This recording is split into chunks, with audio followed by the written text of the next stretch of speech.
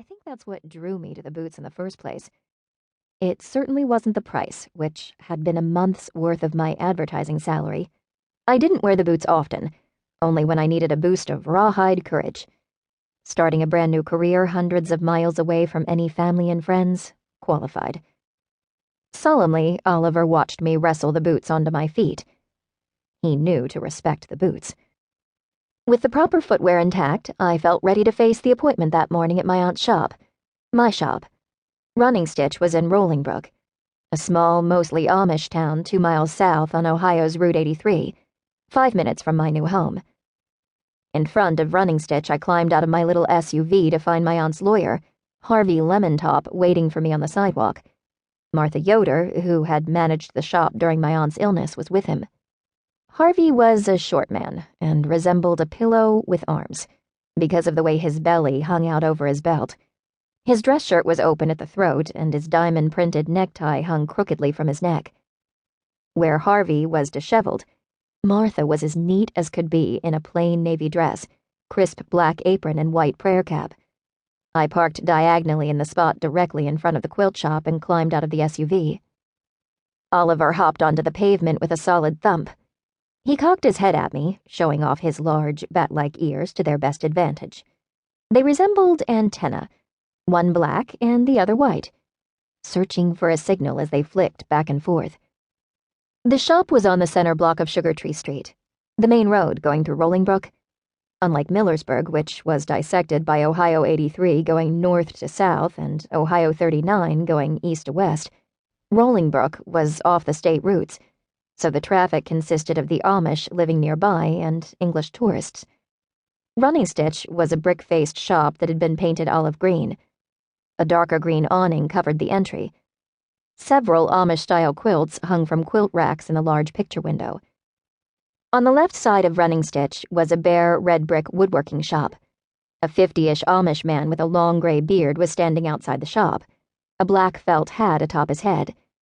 His pose mimicked the life-sized black cutout lawn ornaments of Amish men I'd seen propped against trees and fences on my drive across Ohio's countryside. I smiled at him, but he didn't smile back.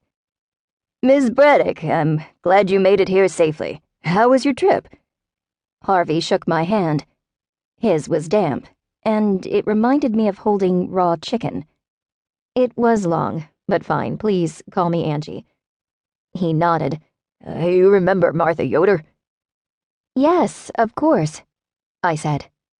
Martha examined my feet. Those are some boots you got there. I haven't seen anything like that before.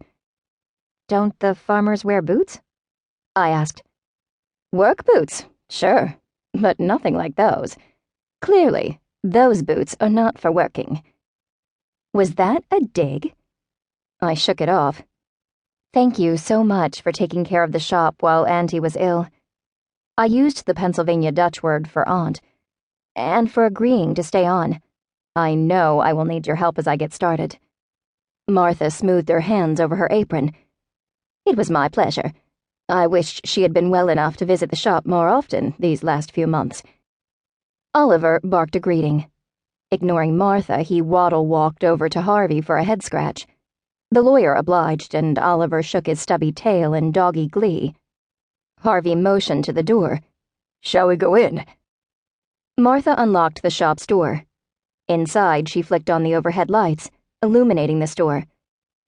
My eye was drawn to half a dozen quilts, each one in the geometric color-blocked Amish style, hung on the plain whitewashed walls. 4 of the 6 quilts I recognized as my aunt's work. I walked over to the one closest to the front door and felt the tiny stitches of the goosefoot-patterned quilt. Aunt Eleanor could fit as many as 20 stitches within an inch. Her stitches were far too tiny to count, but I knew they were there. A pang of sadness hit me, and I blinked rapidly. She did beautiful work, Martha said.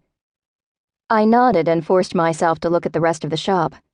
There was one large room with a short hallway in the back that led to the office, the restroom, and a small stockroom. Beside the stockroom, a door opened into the fenced backyard. I stepped across the wide planked oak floors to a short wooden counter that sat at the front of the shop with a cash register. I ran my hand along its smooth surface.